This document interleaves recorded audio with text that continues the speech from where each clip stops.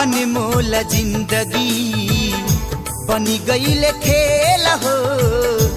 आदमी से आदमी के रहत नइखे मेल हो।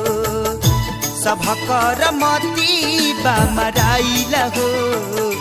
लोगवा में पाप बा समाइल हो।